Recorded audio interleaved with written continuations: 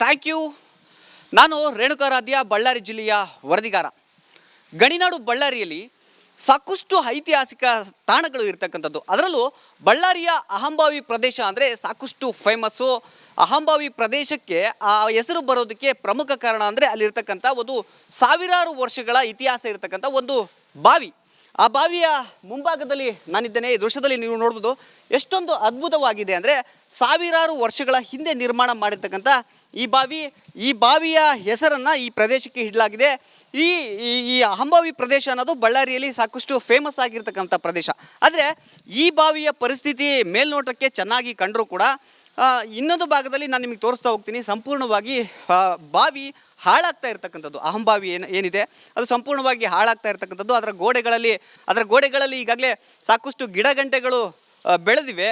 ಜೊತೆಗೆ ಇಲ್ಲಿ ಸಾಕಷ್ಟು ಜನ ಬಂದು ಬಾವಿಗೆ ತ್ಯಾಜ್ಯವನ್ನು ಹಾಕಿ ಹೋಗ್ತಾ ಇರ್ತಕ್ಕಂಥ ಹಿನ್ನೆಲೆಯಲ್ಲಿ ಒಂದಷ್ಟು ಇಲ್ಲಿ ಕಸವು ಕೂಡ ಶೇಖರಣೆ ಆಗ್ತಾ ಇರತಕ್ಕಂಥದ್ದು ಬಾವಿಯಲ್ಲಿ. ಆ ದೃಶ್ಯವನ್ನು ನಾನು ನಿಮಗೆ ತೋರಿಸ್ತಾ ಹೋಗ್ತೀನಿ. ಸಾಕಷ್ಟು ಜನ ಈ ಒಂದು ಐತಿಹಾಸಿಕ ತಾಣ ಅಂತ ಈ ಒಂದು ಬಾವಿಗೆ ಬರ್ತಾರೆ. ಅವ್ರು ಬಂದವರೆಲ್ಲರೂ ಕೂಡ ಇದರಲ್ಲಿ ಕಾಯಿಗಳನ್ನು ಹಾಕೋದು, ಜೊತೆಗೆ ಪ್ಲಾಸ್ಟಿಕ್ಗಳನ್ನು ಹಾಕೋದು, ಹೂವುಗಳನ್ನು ಹಾಕೋದು, ಈ ರೀತಿಯಾದ ಕೆಲಸಗಳನ್ನು ಮಾಡಿಬಿಟ್ಟು ಸಂಪೂರ್ಣವಾಗಿ ಬಾವಿಯನ್ನು ಹಾಳು ಮಾಡ್ತಾ ಇರ್ತಕ್ಕಂಥ ಘಟನೆ ನಡೀತಾ ಇದೆ. ಈ ದೃಶ್ಯದಲ್ಲಿ ಇನ್ನೊಂದು ದೃಶ್ಯದಲ್ಲಿ ನಾನು ನಿಮಗೆ ತೋರಿಸ್ತಾ ಹೋಗ್ತೀನಿ. ದೊಡ್ಡದಾದ ಗೋಡೆಗಳು ಇರ್ತಕ್ಕಂಥದ್ದು. ಆ ಗೋಡೆಯ ಮೇಲೆ ಗಿಡಗಳು ಬೆಳೀತಾ ಇವೆ. ಇದೇ ರೀತಿಯಾಗಿ ಗಿಡಗಳು ಇನ್ನೂ ದೊಡ್ಡವಾದರೆ ಸಂಪೂರ್ಣವಾಗಿ ಆ ಗೋಡೆಯ ಒಳಗಡೆ ಬೇರುಗಳು ಹೋಗ್ತವೆ. ಆ ಬಳಿಕ ಗೋಡೆಯು ಕೂಡ ಬೀಳುವಂಥ ಸ್ಥಿತಿ ನಿರ್ಮಾಣವಾಗಿರ್ತಕ್ಕಂಥದ್ದು. ಈ ದೃಶ್ಯದಲ್ಲಿ ನಾನು ನಿಮಗೆ ಮತ್ತೆ ತೋರಿಸ್ತಾ ಹೋಗ್ತೀನಿ. ಗೋಡೆಯ ಮೇಲೆ ಹುಲ್ಲುಗಳು ಕೂಡ ಬೆಳೆದಿವೆ. ಇವೆಲ್ಲವನ್ನು ಕೂಡ ಸರಿ ಮಾಡಬೇಕು ಅಂತ, ಅಥವಾ ಇಲ್ಲೆಲ್ಲವನ್ನು ಕೂಡ ಈ ಬಾವಿಯನ್ನು ಸರಿಯಾಗಿ ಜೀರ್ಣೋದ್ಧಾರ ಮಾಡಬೇಕು ಅಂತ ಸ್ಥಳೀಯರ ಒತ್ತಾಯ ಇರತಕ್ಕಂಥದ್ದು. ಆದರೆ ಜಿಲ್ಲಾಡಳಿತ ಸಂಪೂರ್ಣ ಥ್ಯಾಂಕ್ ಯು. ನಾನು ರೇಣುಕಾರಾಧ್ಯ, ಬಳ್ಳಾರಿ ಜಿಲ್ಲೆಯ ವರದಿಗಾರ. ಗಣಿನಾಡು ಬಳ್ಳಾರಿಯಲ್ಲಿ ಸಾಕಷ್ಟು ಐತಿಹಾಸಿಕ ತಾಣಗಳು ಇರ್ತಕ್ಕಂಥದ್ದು. ಅದರಲ್ಲೂ ಬಳ್ಳಾರಿಯ ಅಹಂಭಾವಿ ಪ್ರದೇಶ ಅಂದರೆ ಸಾಕಷ್ಟು ಫೇಮಸ್ಸು. ಅಹಂಭಾವಿ ಪ್ರದೇಶಕ್ಕೆ ಆ ಹೆಸರು ಬರೋದಕ್ಕೆ ಪ್ರಮುಖ ಕಾರಣ ಅಂದರೆ ಅಲ್ಲಿರ್ತಕ್ಕಂಥ ಒಂದು ಸಾವಿರಾರು ವರ್ಷಗಳ ಇತಿಹಾಸ ಇರತಕ್ಕಂಥ ಒಂದು ಬಾವಿ. ಆ ಬಾವಿಯ ಮುಂಭಾಗದಲ್ಲಿ ನಾನಿದ್ದೇನೆ. ಈ ದೃಶ್ಯದಲ್ಲಿ ನೀವು ನೋಡ್ಬೋದು ಎಷ್ಟೊಂದು ಅದ್ಭುತವಾಗಿದೆ ಅಂದರೆ ಸಾವಿರಾರು ವರ್ಷಗಳ ಹಿಂದೆ ನಿರ್ಮಾಣ ಮಾಡಿರ್ತಕ್ಕಂಥ ಈ ಬಾವಿಯ ಹೆಸರನ್ನು ಈ ಪ್ರದೇಶಕ್ಕೆ ಇಡಲಾಗಿದೆ. ಈ ಅಹಂಭಾವಿ ಪ್ರದೇಶ ಅನ್ನೋದು ಬಳ್ಳಾರಿಯಲ್ಲಿ ಸಾಕಷ್ಟು ಫೇಮಸ್ ಆಗಿರ್ತಕ್ಕಂಥ ಪ್ರದೇಶ. ಆದರೆ ಈ ಬಾವಿಯ ಪರಿಸ್ಥಿತಿ ಮೇಲ್ನೋಟಕ್ಕೆ ಚೆನ್ನಾಗಿ ಕಂಡರೂ ಕೂಡ ಇನ್ನೊಂದು ಭಾಗದಲ್ಲಿ ನಾನು ನಿಮಗೆ ತೋರಿಸ್ತಾ ಹೋಗ್ತೀನಿ. ಸಂಪೂರ್ಣವಾಗಿ ಬಾವಿ ಹಾಳಾಗ್ತಾ ಇರ್ತಕ್ಕಂಥದ್ದು. ಅಹಂಭಾವಿ ಏನಿದೆ ಅದು ಸಂಪೂರ್ಣವಾಗಿ ಹಾಳಾಗ್ತಾ ಇರ್ತಕ್ಕಂಥದ್ದು. ಅದರ ಗೋಡೆಗಳಲ್ಲಿ ಈಗಾಗಲೇ ಸಾಕಷ್ಟು ಗಿಡಗಂಟೆಗಳು ಬೆಳೆದಿವೆ. ಜೊತೆಗೆ ಇಲ್ಲಿ ಸಾಕಷ್ಟು ಜನ ಬಂದು ಬಾವಿಗೆ ತ್ಯಾಜ್ಯವನ್ನು ಹಾಕಿ ಹೋಗ್ತಾ ಇರ್ತಕ್ಕಂಥ ಹಿನ್ನೆಲೆಯಲ್ಲಿ ಒಂದಷ್ಟು ಇಲ್ಲಿ ಕಸವು ಕೂಡ ಶೇಖರಣೆ ಆಗ್ತಾ ಇರತಕ್ಕಂಥದ್ದು ಬಾವಿಯಲ್ಲಿ. ಆ ದೃಶ್ಯವನ್ನು ನಾನು ನಿಮಗೆ ತೋರಿಸ್ತಾ ಹೋಗ್ತೀನಿ. ಸಾಕಷ್ಟು ಜನ ಈ ಒಂದು ಐತಿಹಾಸಿಕ ತಾಣ ಅಂತ ಈ ಒಂದು ಬಾವಿಗೆ ಬರ್ತಾರೆ. ಅವ್ರು ಬಂದವರೆಲ್ಲರೂ ಕೂಡ ಇದರಲ್ಲಿ ಕಾಯಿಗಳನ್ನು ಹಾಕೋದು, ಜೊತೆಗೆ ಪ್ಲಾಸ್ಟಿಕ್ಗಳನ್ನು ಹಾಕೋದು, ಹೂವುಗಳನ್ನು ಹಾಕೋದು, ಈ ರೀತಿಯಾದ ಕೆಲಸಗಳನ್ನು ಮಾಡಿಬಿಟ್ಟು ಸಂಪೂರ್ಣವಾಗಿ ಬಾವಿಯನ್ನು ಹಾಳು ಮಾಡ್ತಾ ಇರ್ತಕ್ಕಂಥ ಘಟನೆ ನಡೀತಾ ಇದೆ. ಈ ದೃಶ್ಯದಲ್ಲಿ ಇನ್ನೊಂದು ದೃಶ್ಯದಲ್ಲಿ ನಾನು ನಿಮಗೆ ತೋರಿಸ್ತಾ ಹೋಗ್ತೀನಿ. ದೊಡ್ಡದಾದ ಗೋಡೆಗಳು ಇರ್ತಕ್ಕಂಥದ್ದು. ಆ ಗೋಡೆಯ ಮೇಲೆ ಗಿಡಗಳು ಬೆಳೀತಾ ಇವೆ. ಇದೇ ರೀತಿಯಾಗಿ ಗಿಡಗಳು ಇನ್ನೂ ದೊಡ್ಡವಾದರೆ ಸಂಪೂರ್ಣವಾಗಿ ಆ ಗೋಡೆಯ ಒಳಗಡೆ ಬೇರುಗಳು ಹೋಗ್ತವೆ. ಆ ಬಳಿಕ ಗೋಡೆಯು ಕೂಡ ಬೀಳುವಂಥ ಸ್ಥಿತಿ ನಿರ್ಮಾಣವಾಗಿರ್ತಕ್ಕಂಥದ್ದು. ಈ ದೃಶ್ಯದಲ್ಲಿ ನಾನು ನಿಮಗೆ ಮತ್ತೆ ತೋರಿಸ್ತಾ ಹೋಗ್ತೀನಿ. ಗೋಡೆಯ ಮೇಲೆ ಹುಲ್ಲುಗಳು ಕೂಡ ಬೆಳೆದಿವೆ. ಇವೆಲ್ಲವನ್ನು ಕೂಡ ಸರಿ ಮಾಡಬೇಕು ಅಂತ, ಅಥವಾ ಇಲ್ಲೆಲ್ಲವನ್ನು ಕೂಡ ಈ ಬಾವಿಯನ್ನು ಸರಿಯಾಗಿ ಜೀರ್ಣೋದ್ಧಾರ ಮಾಡಬೇಕು ಅಂತ ಸ್ಥಳೀಯರ ಒತ್ತಾಯ ಇರತಕ್ಕಂಥದ್ದು. ಆದರೆ ಜಿಲ್ಲಾಡಳಿತ ಸಂಪೂರ್ಣ ಥ್ಯಾಂಕ್ ಯು. ನಾನು ರೇಣುಕಾರಾಧ್ಯ, ಬಳ್ಳಾರಿ ಜಿಲ್ಲೆಯ ವರದಿಗಾರ. ಗಣಿನಾಡು ಬಳ್ಳಾರಿಯಲ್ಲಿ ಸಾಕಷ್ಟು ಐತಿಹಾಸಿಕ ತಾಣಗಳು ಇರ್ತಕ್ಕಂಥದ್ದು. ಅದರಲ್ಲೂ ಬಳ್ಳಾರಿಯ ಅಹಂಭಾವಿ ಪ್ರದೇಶ ಅಂದರೆ ಸಾಕಷ್ಟು ಫೇಮಸ್ಸು. ಅಹಂಭಾವಿ ಪ್ರದೇಶಕ್ಕೆ ಆ ಹೆಸರು ಬರೋದಕ್ಕೆ ಪ್ರಮುಖ ಕಾರಣ ಅಂದರೆ ಅಲ್ಲಿರ್ತಕ್ಕಂಥ ಒಂದು ಸಾವಿರಾರು ವರ್ಷಗಳ ಇತಿಹಾಸ ಇರತಕ್ಕಂಥ ಒಂದು ಬಾವಿ. ಆ ಬಾವಿಯ ಮುಂಭಾಗದಲ್ಲಿ ನಾನಿದ್ದೇನೆ. ಈ ದೃಶ್ಯದಲ್ಲಿ ನೀವು ನೋಡ್ಬೋದು ಎಷ್ಟೊಂದು ಅದ್ಭುತವಾಗಿದೆ ಅಂದರೆ ಸಾವಿರಾರು ವರ್ಷಗಳ ಹಿಂದೆ ನಿರ್ಮಾಣ ಮಾಡಿರ್ತಕ್ಕಂಥ ಈ ಬಾವಿಯ ಹೆಸರನ್ನು ಈ ಪ್ರದೇಶಕ್ಕೆ ಇಡಲಾಗಿದೆ. ಈ ಅಹಂಭಾವಿ ಪ್ರದೇಶ ಅನ್ನೋದು ಬಳ್ಳಾರಿಯಲ್ಲಿ ಸಾಕಷ್ಟು ಫೇಮಸ್ ಆಗಿರ್ತಕ್ಕಂಥ ಪ್ರದೇಶ.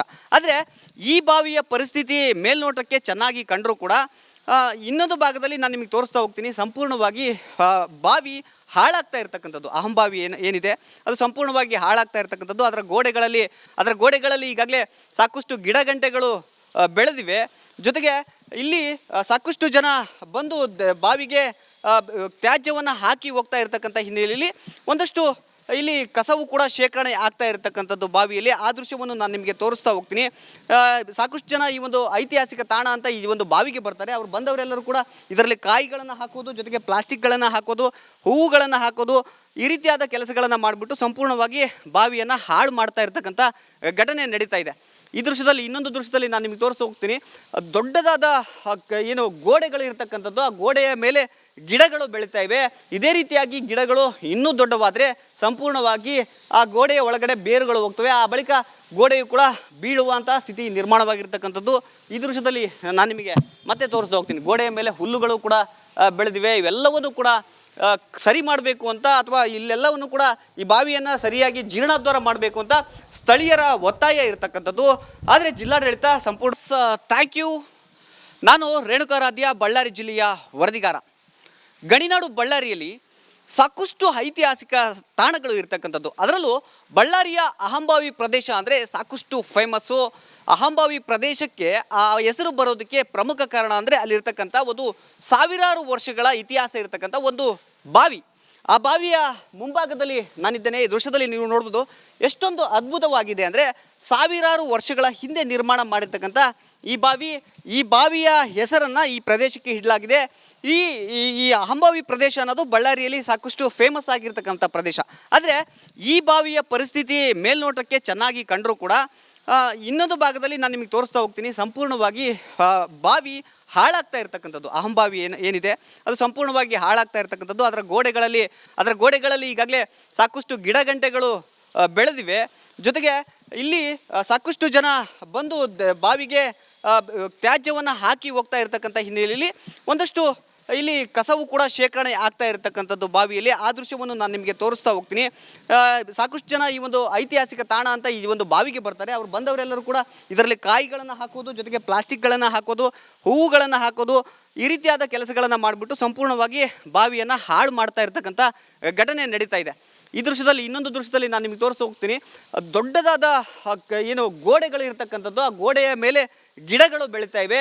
ಇದೇ ರೀತಿಯಾಗಿ ಗಿಡಗಳು ಇನ್ನೂ ದೊಡ್ಡವಾದರೆ ಸಂಪೂರ್ಣವಾಗಿ ಆ ಗೋಡೆಯ ಒಳಗಡೆ ಬೇರುಗಳು ಹೋಗ್ತವೆ. ಆ ಬಳಿಕ ಗೋಡೆಯು ಕೂಡ ಬೀಳುವಂಥ ಸ್ಥಿತಿ ನಿರ್ಮಾಣವಾಗಿರ್ತಕ್ಕಂಥದ್ದು. ಈ ದೃಶ್ಯದಲ್ಲಿ ನಾನು ನಿಮಗೆ ಮತ್ತೆ ತೋರಿಸ್ತಾ ಹೋಗ್ತೀನಿ. ಗೋಡೆಯ ಮೇಲೆ ಹುಲ್ಲುಗಳು ಕೂಡ ಬೆಳೆದಿವೆ. ಇವೆಲ್ಲವನ್ನು ಕೂಡ ಸರಿ ಮಾಡಬೇಕು ಅಂತ, ಅಥವಾ ಇಲ್ಲೆಲ್ಲವನ್ನು ಕೂಡ ಈ ಬಾವಿಯನ್ನು ಸರಿಯಾಗಿ ಜೀರ್ಣೋದ್ಧಾರ ಮಾಡಬೇಕು ಅಂತ ಸ್ಥಳೀಯರ ಒತ್ತಾಯ ಇರತಕ್ಕಂಥದ್ದು. ಆದರೆ ಜಿಲ್ಲಾಡಳಿತ ಸಂಪೂರ್ಣ ಥ್ಯಾಂಕ್ ಯು. ನಾನು ರೇಣುಕಾರಾಧ್ಯ, ಬಳ್ಳಾರಿ ಜಿಲ್ಲೆಯ ವರದಿಗಾರ. ಗಣಿನಾಡು ಬಳ್ಳಾರಿಯಲ್ಲಿ ಸಾಕಷ್ಟು ಐತಿಹಾಸಿಕ ತಾಣಗಳು ಇರ್ತಕ್ಕಂಥದ್ದು. ಅದರಲ್ಲೂ ಬಳ್ಳಾರಿಯ ಅಹಂಭಾವಿ ಪ್ರದೇಶ ಅಂದರೆ ಸಾಕಷ್ಟು ಫೇಮಸ್ಸು. ಅಹಂಭಾವಿ ಪ್ರದೇಶಕ್ಕೆ ಆ ಹೆಸರು ಬರೋದಕ್ಕೆ ಪ್ರಮುಖ ಕಾರಣ ಅಂದರೆ ಅಲ್ಲಿರ್ತಕ್ಕಂಥ ಒಂದು ಸಾವಿರಾರು ವರ್ಷಗಳ ಇತಿಹಾಸ ಇರತಕ್ಕಂಥ ಒಂದು ಬಾವಿ. ಆ ಬಾವಿಯ ಮುಂಭಾಗದಲ್ಲಿ ನಾನಿದ್ದೇನೆ. ಈ ದೃಶ್ಯದಲ್ಲಿ ನೀವು ನೋಡ್ಬೋದು ಎಷ್ಟೊಂದು ಅದ್ಭುತವಾಗಿದೆ ಅಂದರೆ ಸಾವಿರಾರು ವರ್ಷಗಳ ಹಿಂದೆ ನಿರ್ಮಾಣ ಮಾಡಿರ್ತಕ್ಕಂಥ ಈ ಬಾವಿಯ ಹೆಸರನ್ನು ಈ ಪ್ರದೇಶಕ್ಕೆ ಇಡಲಾಗಿದೆ. ಈ ಅಹಂಭಾವಿ ಪ್ರದೇಶ ಅನ್ನೋದು ಬಳ್ಳಾರಿಯಲ್ಲಿ ಸಾಕಷ್ಟು ಫೇಮಸ್ ಆಗಿರ್ತಕ್ಕಂಥ ಪ್ರದೇಶ. ಆದರೆ ಈ ಬಾವಿಯ ಪರಿಸ್ಥಿತಿ ಮೇಲ್ನೋಟಕ್ಕೆ ಚೆನ್ನಾಗಿ ಕಂಡರೂ ಕೂಡ ಇನ್ನೊಂದು ಭಾಗದಲ್ಲಿ ನಾನು ನಿಮಗೆ ತೋರಿಸ್ತಾ ಹೋಗ್ತೀನಿ. ಸಂಪೂರ್ಣವಾಗಿ ಬಾವಿ ಹಾಳಾಗ್ತಾ ಇರ್ತಕ್ಕಂಥದ್ದು. ಅಹಂಭಾವಿ ಏನಿದೆ ಅದು ಸಂಪೂರ್ಣವಾಗಿ ಹಾಳಾಗ್ತಾ ಇರ್ತಕ್ಕಂಥದ್ದು. ಅದರ ಗೋಡೆಗಳಲ್ಲಿ ಈಗಾಗಲೇ ಸಾಕಷ್ಟು ಗಿಡಗಂಟೆಗಳು ಬೆಳೆದಿವೆ. ಜೊತೆಗೆ ಇಲ್ಲಿ ಸಾಕಷ್ಟು ಜನ ಬಂದು ಬಾವಿಗೆ ತ್ಯಾಜ್ಯವನ್ನು ಹಾಕಿ ಹೋಗ್ತಾ ಇರ್ತಕ್ಕಂಥ ಹಿನ್ನೆಲೆಯಲ್ಲಿ ಒಂದಷ್ಟು ಇಲ್ಲಿ ಕಸವು ಕೂಡ ಶೇಖರಣೆ ಆಗ್ತಾ ಇರತಕ್ಕಂಥದ್ದು ಬಾವಿಯಲ್ಲಿ. ಆ ದೃಶ್ಯವನ್ನು ನಾನು ನಿಮಗೆ ತೋರಿಸ್ತಾ ಹೋಗ್ತೀನಿ. ಸಾಕಷ್ಟು ಜನ ಈ ಒಂದು ಐತಿಹಾಸಿಕ ತಾಣ ಅಂತ ಈ ಒಂದು ಬಾವಿಗೆ ಬರ್ತಾರೆ. ಅವ್ರು ಬಂದವರೆಲ್ಲರೂ ಕೂಡ ಇದರಲ್ಲಿ ಕಾಯಿಗಳನ್ನು ಹಾಕೋದು, ಜೊತೆಗೆ ಪ್ಲಾಸ್ಟಿಕ್ಗಳನ್ನು ಹಾಕೋದು, ಹೂವುಗಳನ್ನು ಹಾಕೋದು, ಈ ರೀತಿಯಾದ ಕೆಲಸಗಳನ್ನು ಮಾಡಿಬಿಟ್ಟು ಸಂಪೂರ್ಣವಾಗಿ ಬಾವಿಯನ್ನು ಹಾಳು ಮಾಡ್ತಾ ಇರ್ತಕ್ಕಂಥ ಘಟನೆ ನಡೀತಾ ಇದೆ. ಈ ದೃಶ್ಯದಲ್ಲಿ ಇನ್ನೊಂದು ದೃಶ್ಯದಲ್ಲಿ ನಾನು ನಿಮಗೆ ತೋರಿಸ್ತಾ ಹೋಗ್ತೀನಿ. ದೊಡ್ಡದಾದ ಏನು ಗೋಡೆಗಳು ಇರ್ತಕ್ಕಂಥದ್ದು, ಆ ಗೋಡೆಯ ಮೇಲೆ ಗಿಡಗಳು ಬೆಳೀತಾ ಇವೆ. ಇದೇ ರೀತಿಯಾಗಿ ಗಿಡಗಳು ಇನ್ನೂ ದೊಡ್ಡವಾದರೆ ಸಂಪೂರ್ಣವಾಗಿ ಆ ಗೋಡೆಯ ಒಳಗಡೆ ಬೇರುಗಳು ಹೋಗ್ತವೆ. ಆ ಬಳಿಕ ಗೋಡೆಯು ಕೂಡ ಬೀಳುವಂಥ ಸ್ಥಿತಿ ನಿರ್ಮಾಣವಾಗಿರ್ತಕ್ಕಂಥದ್ದು. ಈ ದೃಶ್ಯದಲ್ಲಿ ನಾನು ನಿಮಗೆ ಮತ್ತೆ ತೋರಿಸ್ತಾ ಹೋಗ್ತೀನಿ. ಗೋಡೆಯ ಮೇಲೆ ಹುಲ್ಲುಗಳು ಕೂಡ ಬೆಳೆದಿವೆ. ಇವೆಲ್ಲವನ್ನು ಕೂಡ ಸರಿ ಮಾಡಬೇಕು ಅಂತ, ಅಥವಾ ಇಲ್ಲೆಲ್ಲವನ್ನು ಕೂಡ ಈ ಬಾವಿಯನ್ನು ಸರಿಯಾಗಿ ಜೀರ್ಣೋದ್ಧಾರ ಮಾಡಬೇಕು ಅಂತ ಸ್ಥಳೀಯರ ಒತ್ತಾಯ ಇರತಕ್ಕಂಥದ್ದು. ಆದರೆ ಜಿಲ್ಲಾಡಳಿತ ಸಂಪೂರ್ಣ